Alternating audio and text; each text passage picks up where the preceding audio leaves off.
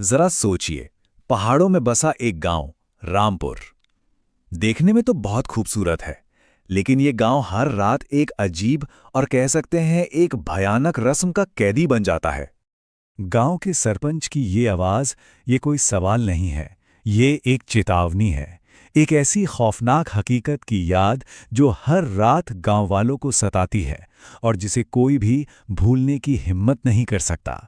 तो सवाल यही उठता है कि आखिर ऐसा कौन सा डर है कि 1 घंटे की आवाज सुनते ही पूरा का पूरा गांव हर रात खुद को अपने ही घरों में कैद कर लेता है। बस इसी रहस्य के इर्द गिर्द आज की हमारी ये कहानी है। तो चलिए कहानी के पहले हिस्से में चलते हैं, 9 बजे का रहस्य।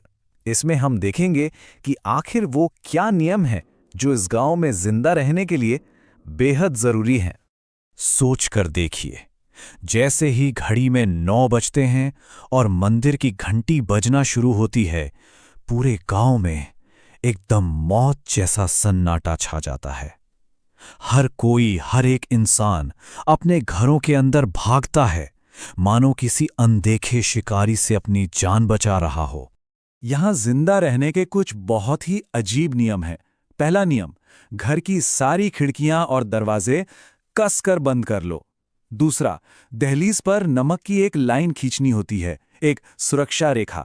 और तीसरा, जो कि सबसे जरूरी है, चाहे बाहर कोई भी हो, चाहे कैसी भी आवाज आए, दरवाजा कभी मत खोलना।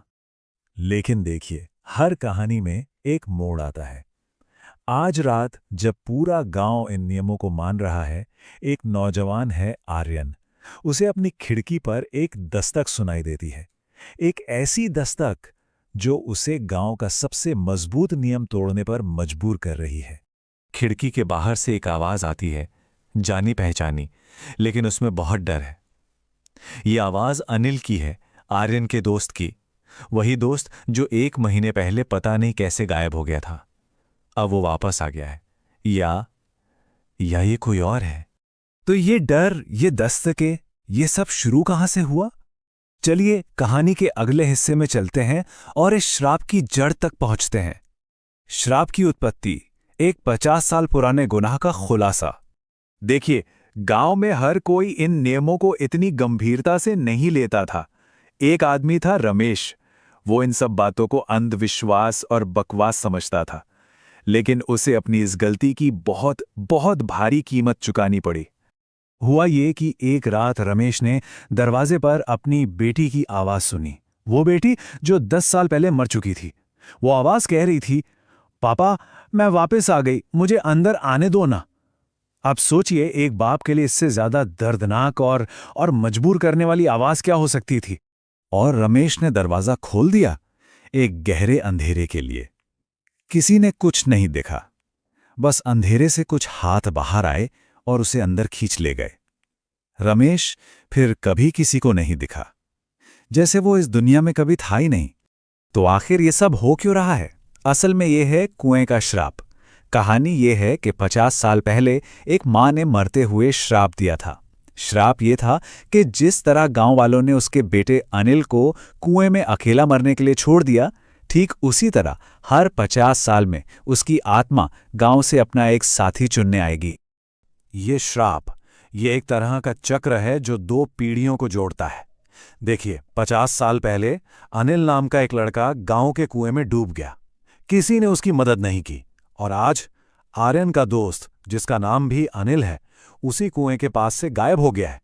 गांव का वो पुराना गुनाह आज भी जिंदा है। अब कहानी अपने सबसे अहम मोड़ पर आ पहुंचती है। चलिए देखते हैं कुएं में सामना। 9 बजे की घंटी के खिलाफ एक दौड़। क्या एक इंसान एक 50 साल पुरानी आत्मा का सामना कर पाएगा? रमेश के साथ जो हुआ, उसके बाद सरपंच विक्रम सिंह, जो आर्यन के पिता भी हैं, एक बहुत ही खतरनाक फैसला लेते हैं। वो फैसला करते हैं कि वो खुद उस श्रापित कुएं में उतरेंगे और गांव के पुराने गुनाहों की माफी मांगेंगे, ताकि इस डरावने सिलसिले को हमेशा हमेशा के लिए खत्म किया जा सके। कुएं में उतरने से ठीक पहले वो अपने बेटे आर्यन से जो कहते हैं, उसे इस मिशन का खतरा साफ पता चलता है। वो कहते हैं, अगर मैं 9 बजे तक वापस ना आऊं तो रस्सी काट देना। और अब वक्त तेजी से भाग रहा है। घड़ी पर 8:58 हो चुके हैं। ऊपर गांव वाले सांस रोके इंतजार कर रहे हैं और नीचे कुएं के अंधेरे में विक्रम सिंह मौत का सामना कर रहे हैं। ऊपर से आर्यन की घबराई हुई आवाज आती है, पापा, सिर्फ 2 मिनट बचे हैं। पर नीचे कुएं से कोई जवाब नहीं आता, सिर्फ एक डरावनी गहरी खामोशी है। 8:59। अब सिर्फ 1 मिनट बचा है। क्या विक्रम सिंह वक्त पर वापस आ पाएंगे, या वो भी उस अंधेरे का हिस्सा बन जाएंगे? पूरे गांव की किस्मत अब इसी 1 मिनट पर टिकी है। और तभी मंदिर की घंटी जोर जोर से बजने लगती है। 9 बज चुके हैं। ठीक उसी पल रस्सी में तेजी से खिंचाव महसूस होता है। गांव वाले अपनी पूरी ताकत लगाकर रस्सी खींचते हैं और विक्रम सिंह को आखिरी सेकंड में सुरक्षित बाहर निकाल लेते हैं। तो क्या सब कुछ ठीक हो गया? क्या श्राप खत्म हो गया? चलिए कहानी के आखिरी हिस्से में चलते हैं। एक बेचैन शांति, माफी की कीमत। कभी कभी शांति की भी एक कीमत होती है। विक्रम के बाहर आने के बाद गांव में सब कुछ बदल गया। रात की वो दस्तकें, वो डरावनी आवाजें सब बंद हो गईं। श्राप टूट चुका था। गांव अब 9 बजे के बाद पूरी तरह सुरक्षित था। लेकिन एक सवाल बाकी था। रमेश और आर्यन का दोस्त अनिल, वो दोनों कभी वापस नहीं मिले। शायद यही इस शांति की कीमत थी। कुछ दिनों बाद एक रात आर्यन अपनी खिड़की से बाहर देख रहा था। उसे दूर कुएं के पास पहले अनिल की आत्मा दिखाई दी, लेकिन इस बार वो डरावनी नहीं थी। वो बस शांति से मुस्कुराई और फिर धीरे धीरे हवा में गायब हो गई। शायद उसे आखिरकार मुक्ति मिल गई थी। ये कहानी हमें एक बहुत ही गहरी और शायद खौफनाक सच्चाई के साथ छोड़ जाती है। कुछ दरवाजे बंद ही रहने चाहिए। ये हमें याद दिलाती है कि अतीत के कुछ राज ही रहें तो बेहतर हैं।